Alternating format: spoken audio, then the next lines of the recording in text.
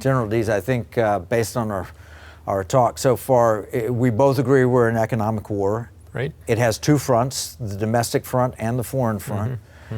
We're facing it. All right, you're a general. Help us. What are our solutions? What do we do about this? Yeah. Well, I sort of think of another general, a guy named Napoleon.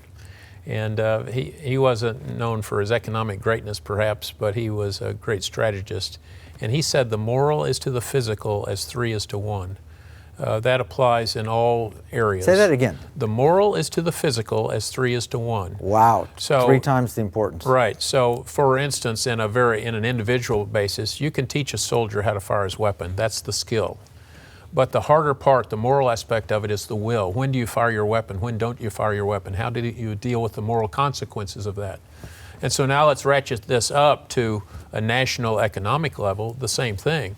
The moral aspects of the economy, why we're doing what we're doing, is far more important than the skills or the trading or just making the profits.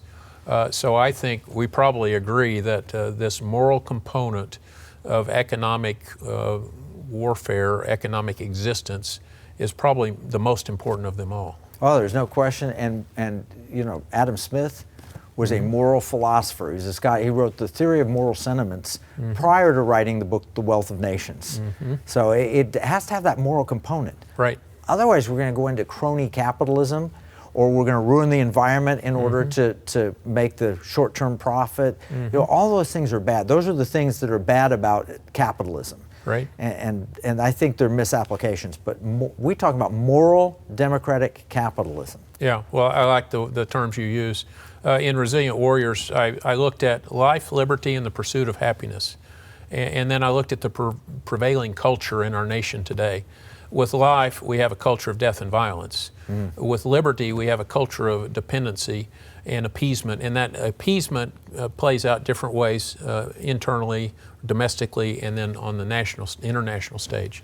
And then finally, a pursuit of happiness. So, well, obviously, that's the debate between opportunity versus outcomes. And clearly, in a free market, capitalist society such as ours, we should be focused on opportunity rather than ensuring equal outcomes, as would be the case with a Marxist economy. Right, because the only way to get equality of outcome is to dumb everything down.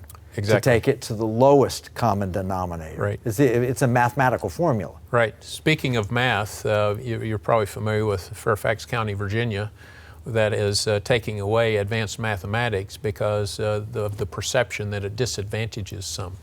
You know, that's a shot in the foot for sure. Yeah, this whole idea that math is racist bugs me, especially having been a fan of history and understanding Hidden Figures and the whole story of how really some African American women served as the computers that made the space landings possible. Of course, yeah, that's a wonderful movie. And then Dr. Ben Carson, I know you've had him as a guest.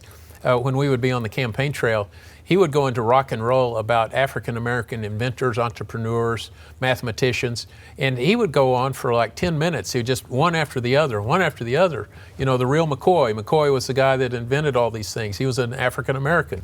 He would bring that out in appropriate detail. Yeah, there's no question that we need to call people to the highest and the best. Right. And this racism of low expectations, soft racism, it really is damaging.